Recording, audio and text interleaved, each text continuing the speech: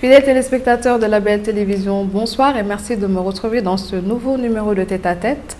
Mon invité d'aujourd'hui est un expert en finance et également le cofondateur et directeur général de EMEI, société d'investissement. Mokhtar Sarr, bonsoir et merci d'avoir répondu à mon invitation. Bonsoir Penda, merci beaucoup. Qui est Mokhtar Sarr?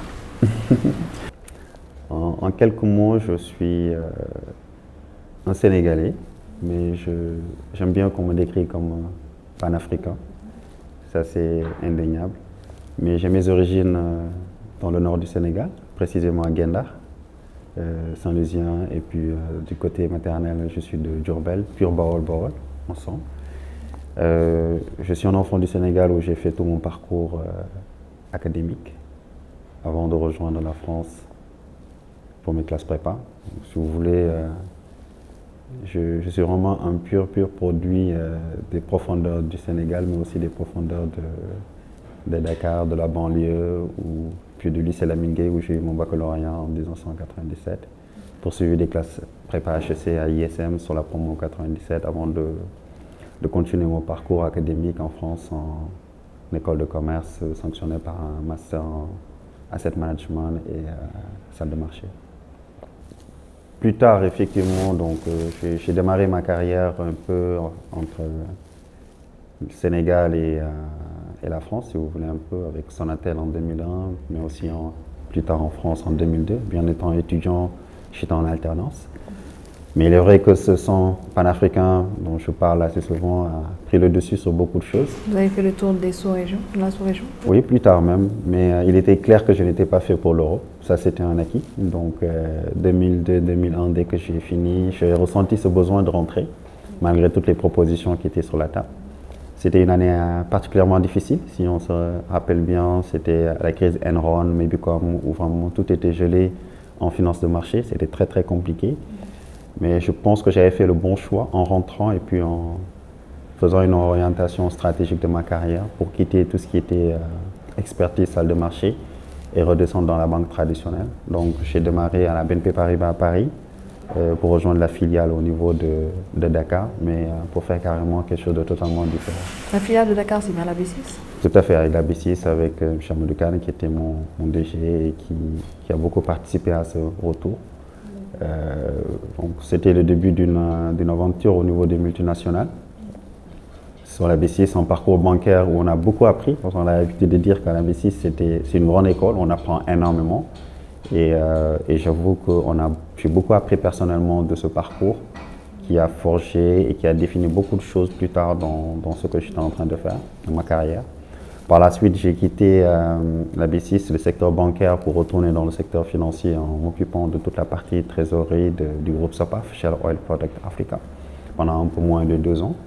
Là-bas aussi, c'était une nouvelle expérience qui c'était le premier contact que j'ai avec le monde anglo-saxon. Parce que quand on a étudié en français, aller en France, intégrer BNP Paribas, jusqu'à présent, c'était une touche purement francophone. Et avec SOPAF, c'était quelque chose d'assez différent, très intéressant, cette ouverture et ce mindset, cet état d'esprit, comme on le dit. Et je suis resté pendant un peu moins de 2 ans avant de faire ce grand plongeon dans l'entrepreneuriat depuis 2008-2009. Vous avez commencé l'entrepreneuriat? Voilà, où vraiment c'était assez compliqué pour moi de rester, de ne pas être maître de mon temps. Parce que j'ai l'habitude de dire, le plus dur quand on est salarié, c'est de ne pas être maître de son temps. D'être obligé de faire la routine, de faire toujours la même chose. Bon, il y a des gens qui sont faits pour, c'est très bien, mais il y a d'autres personnes qui sont structurellement designées, dessinées pour vraiment faire un peu de tout, toucher à tout et ne pas s'ennuyer, puis vraiment être maître de son temps. C'est le début d'une aventure assez intéressante en 2009. Je me rappelle qu'il m'a conduit très rapidement dans la sous-région à Bamako, où je connaissais personne, c'était ma première fois. Je débarque et puis je regardais à la liste des Sénégalais qui vivent là-bas. Je les ai contactés juste pour prendre la température. Mais ce début d'entrepreneuriat, en fait, on dit souvent il y a l'entrepreneuriat conseil et il y a l'entrepreneuriat investisseur, mais vraiment c'était le début d'un entrepreneuriat conseil, dans ce que je savais faire, qui était tout ce qui est conseil financier. Et je le raconte toujours avec beaucoup de fierté et avec le sourire, En faisant le conseil financier pour les PME, la première transaction qui m'a fait rentrer de l'argent, c'était la structuration d'un financement pour une PME sénégalaise. Non, à Dakar. En l'occurrence, Transport Ousmane Diagne, qui est dans le transport des hydrocarbures pour l'acquisition des camions. Et ça m'a beaucoup aidé psychologiquement, mentalement, pour dire c'est possible.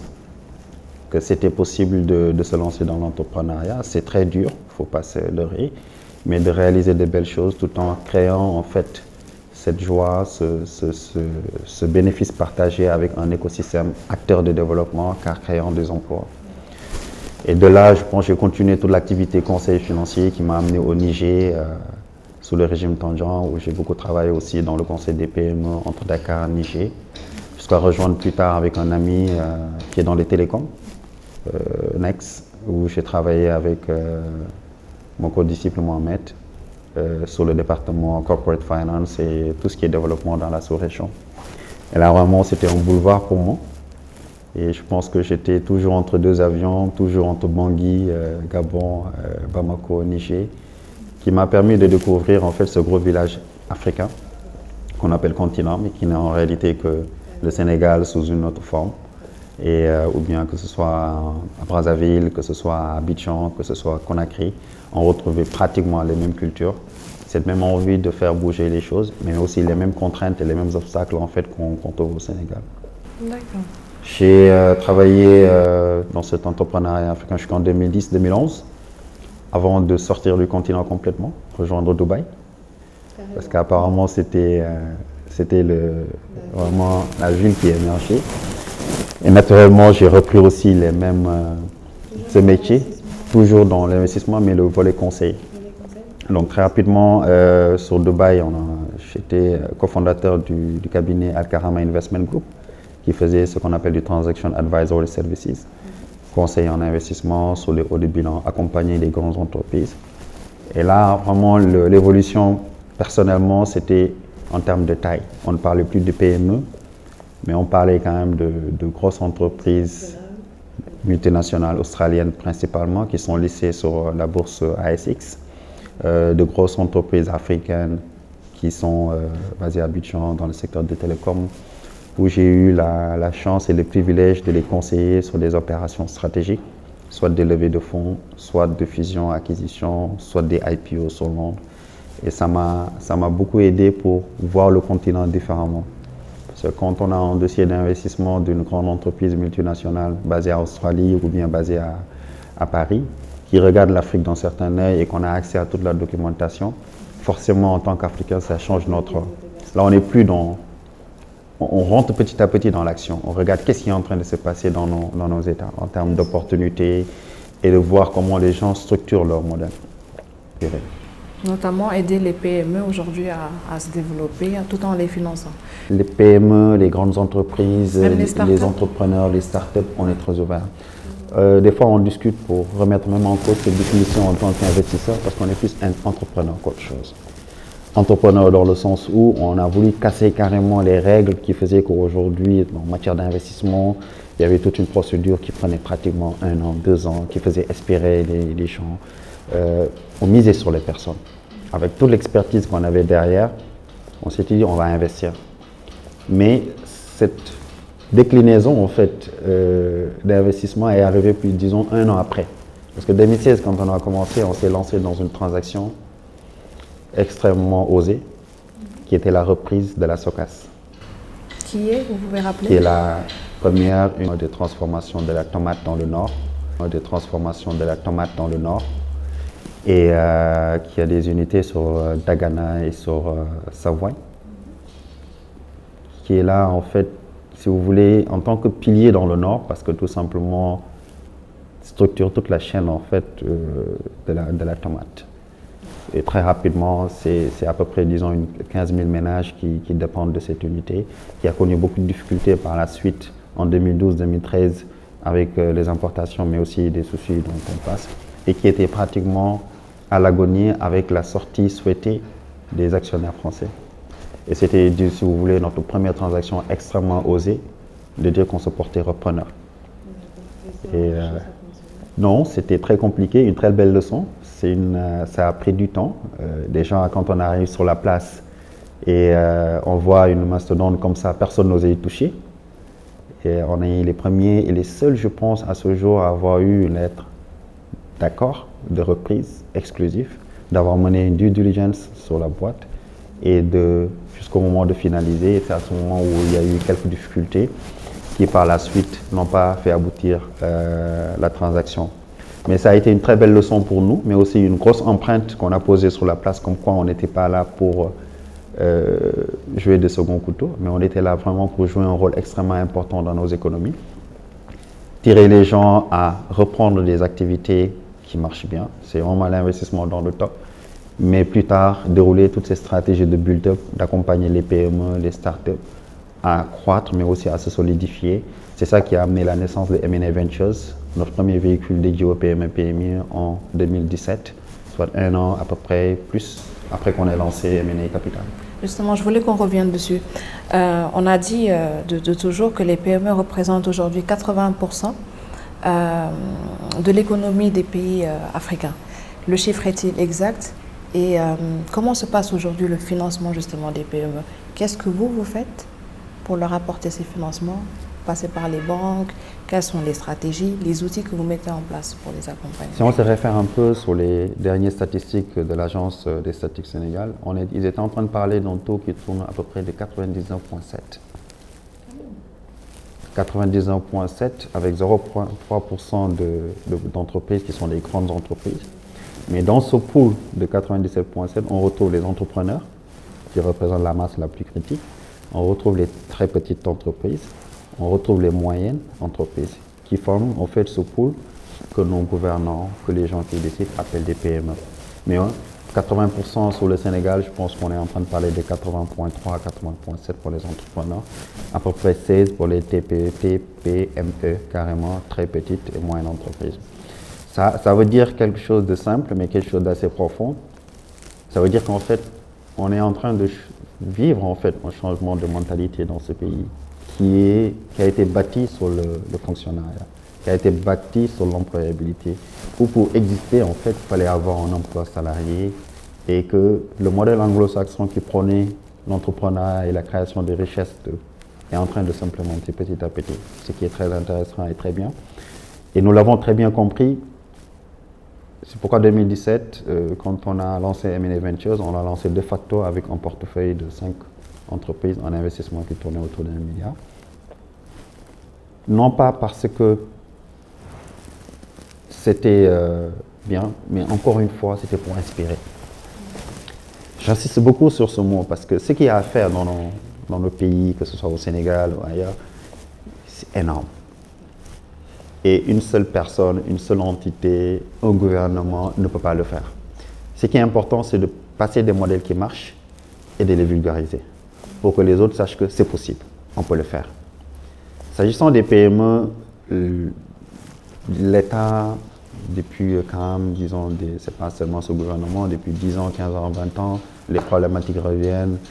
On sent que les PME sont très représentatifs de l'économie, entre guillemets, parce que les chiffres derrière expliquent beaucoup de choses quand on parle des PME. En termes de volume et de masse, on a beaucoup de PME. Ils emploient beaucoup de personnes parce que tout simplement, de mémoire, si je ne me trompe pas, on est en train de parler d'un peu moins de 400 000 PME recensés au Sénégal. Recensés, je ne parle même pas de l'informel. Si on sait qu'on a une économie qui est structurellement informelle et que les gens, on passe devant, mais qu'on peut caractériser des PME qui ont leur business, à partir de ce moment, ils représentent quand même une certaine masse critique qui fait qu'ils méritent une certaine attention. Malheureusement, depuis 10 ans, 15 ans, 20 ans, on parle beaucoup du financement des PME. Des études ont été réalisées par pas mal de cabinets, pas mal de l'aide au développement a beaucoup financé ces genres d'études. Les États ont conditionné, mais on se rend compte que c'est des problématiques qui sont toujours là. Et à partir de ce moment, la lucidité voudrait qu'on puisse se poser pour dire qu'est-ce qui n'a pas marché. Quand je dis 2015, on a passé une année à discuter des PME avec mon associé. L'actuel, c'est parce que tout simplement, c'était très problématique.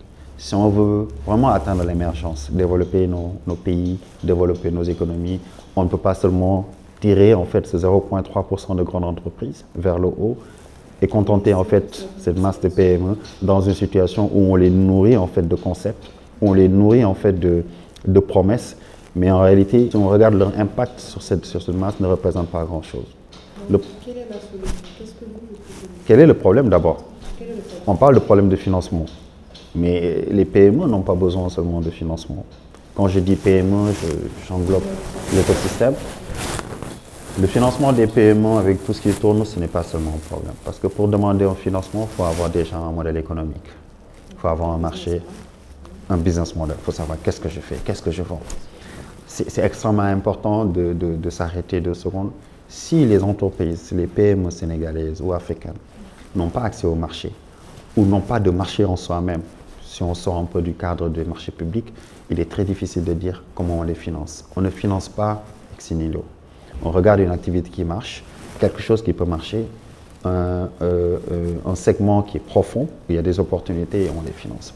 Malheureusement, il y a 3 problèmes qui se posent. Le premier problème a été réglé au fil du temps, c'était le manque d'expertise. Les gens créaient des entreprises, mais n'avaient vraiment pas l'expertise qu'il fallait pour le faire. Les gens maintenant, avec les jeunes qui étudient, qui se forment, qui commencent maintenant, qui sortent, on est en train d'absorber ce gap qui est là. Le deuxième problème qu'on a, c'est la structuration. Une entreprise, ça demande beaucoup de rigueur. Malheureusement, quand on switch dans l'entrepreneuriat très tôt, on a 2 problèmes. Le problème de survie, les factures à la maison, et le problème de survie de l'entreprise. Qui fait que si la mise en place en fait, des stratégies au sein de l'entreprise prend du temps, on peut être appelé carrément à détruire le modèle entrepreneuriat au profit d'un modèle social qui n'est pas viable. Ça arrive à beaucoup d'entrepreneurs parce que pour entreprendre, il faut assurer ses arrières d'abord.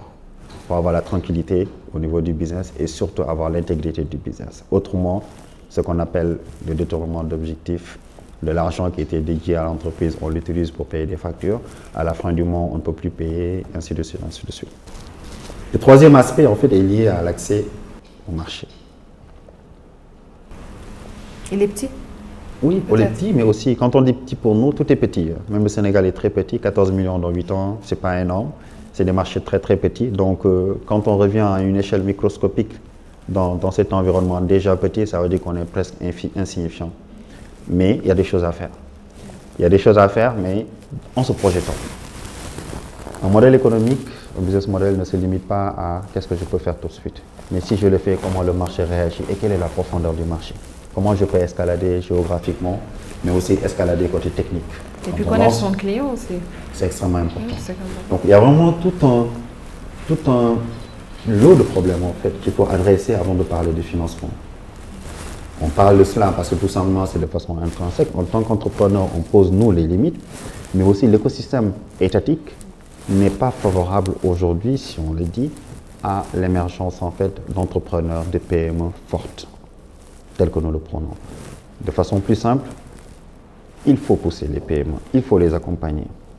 Mais ce qu'on note, c'est qu'il y a un slogan, il y a des concepts, mais dans le fond, fiscalement parlant aujourd'hui, il n'y a pas de disposition en fait prise pour permettre aujourd'hui à une PME qui est en train de grandir, de voir son chiffre d'affaires évoluer, de voir l'État l'accompagner à travers des dispositions fiscales, à travers des incidences, à travers beaucoup de choses, toute une panoplie pour que cette création de valeur continue.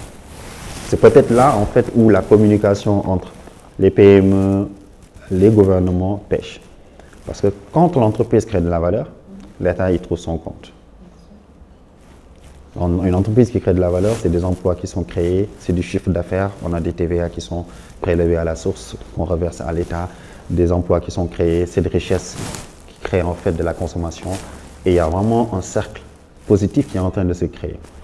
Malheureusement, il faut oser le dire, le timing de l'État n'est pas forcément le timing des entreprises. Quand on a 5 ans de timing, un mandat, 7 ans, un budget qu'on a poussé dans à des niveaux très éloignés, 3 000 milliards, baqués par des recettes qui sont limite très serrées, complétées par des dons et des subventions, et une grosse partie de dette extérieure, on passe plus de temps à taper sur ou à structurer des entreprises qui génèrent ces taxes et ces impôts plutôt qu'à structurer cette masse critique que sont les PME. Aujourd'hui, en fait, les PME, suivant les statistiques de l'État, représentent entre 25-30% du PIB. Sur un pays où il y a plus de PME. En termes de recettes fiscales, elles contribuent à peu près entre 3 et 4% des recettes fiscales. 3-4% de recettes fiscales. Et ça explique beaucoup de choses derrière sur l'importance qu'on donne à ces PME pour pouvoir les accompagner, pour pouvoir les aider à croître, en se disant c'est un investissement sur le long terme. Mais le long terme, les politiques ne le connaissent pas. Quand on est à 5 ans, on ne peut pas connaître le long terme. Et c'est ce décalage en fait qu'on est en train de vivre depuis des années avec des politiques inabouties qui font qu'il n'y a pas de cadre.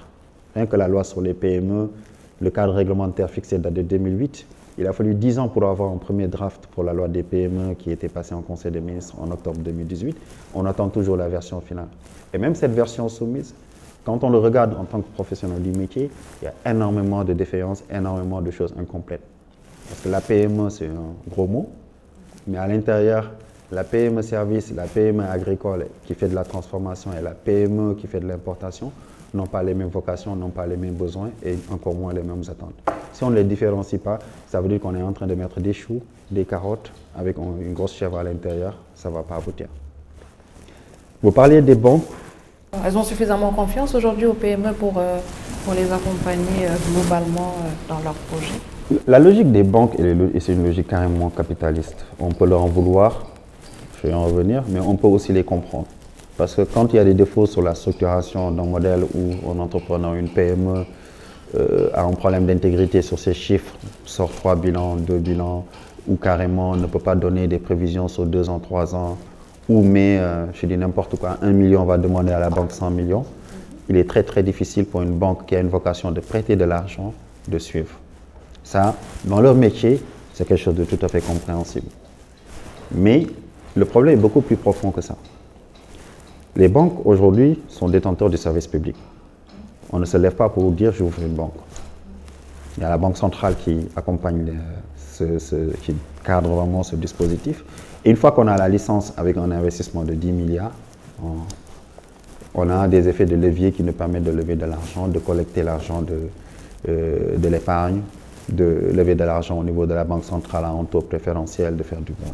C'est là où il est intéressant d'analyser aujourd'hui, est-ce que notre écosystème bancaire est suffisamment dynamique, je ne parle pas des PME, pour accompagner notre économie dans sa globalité.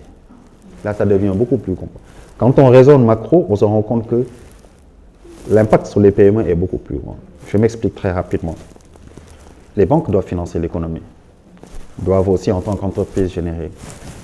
Mais figurez-vous qu'aujourd'hui, parmi toutes les banques qu'on a au Sénégal, je vais juste faire un focus là-dessus, combien de banques sont détenues par les privés nationaux?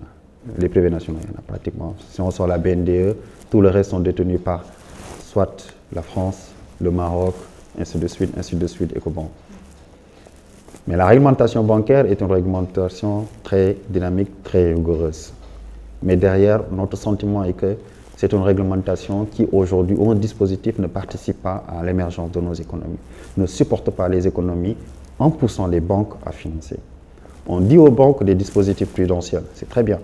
On a eu une crise qui s'est passée il y a 25 ans, 30 ans, qui fait qu'aujourd'hui on a la peur au ventre, on a quand même un régulateur qui est très très respecté, très dynamique. Si on a la licence bancaire et que derrière on finance qui on veut, comme on veut, quand on veut,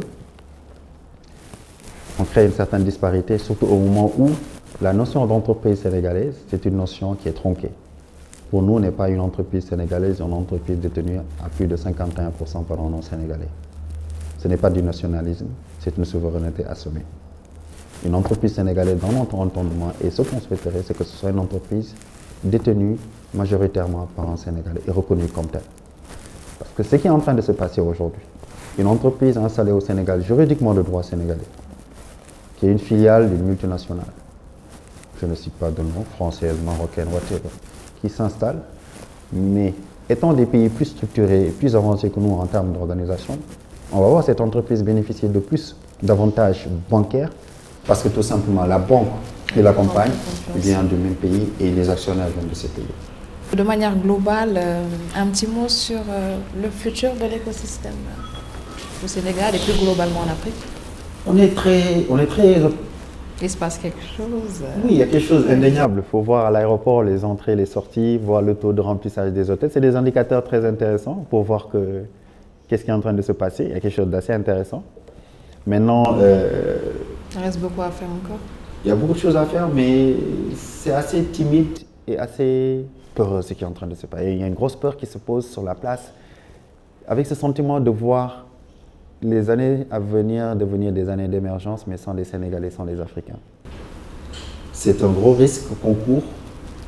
J'avais l'habitude de dire que le XXIe siècle, c'est le siècle de l'Afrique. Mais si on ne fait pas attention, ça reste sans les Africains. Si on n'a pas le courage de nos politiques, de nos décisions, si on n'a pas le courage de poser des actes qui vont dans le sens global, qui vont dans un sens à impacter tout ton écosystème. Je parlais tout à l'heure de la fiscalité. On ne peut pas prendre des mesures fiscales ciblées quand on sait qu'il y a tout un écosystème qui en a besoin. Tout récemment, il y a une décision très saluée qui a été prise par le ministère des Finances d'exonérer la filière laitière de la TVA avec Dolima, c'est quelque chose d'extraordinaire, de très bien.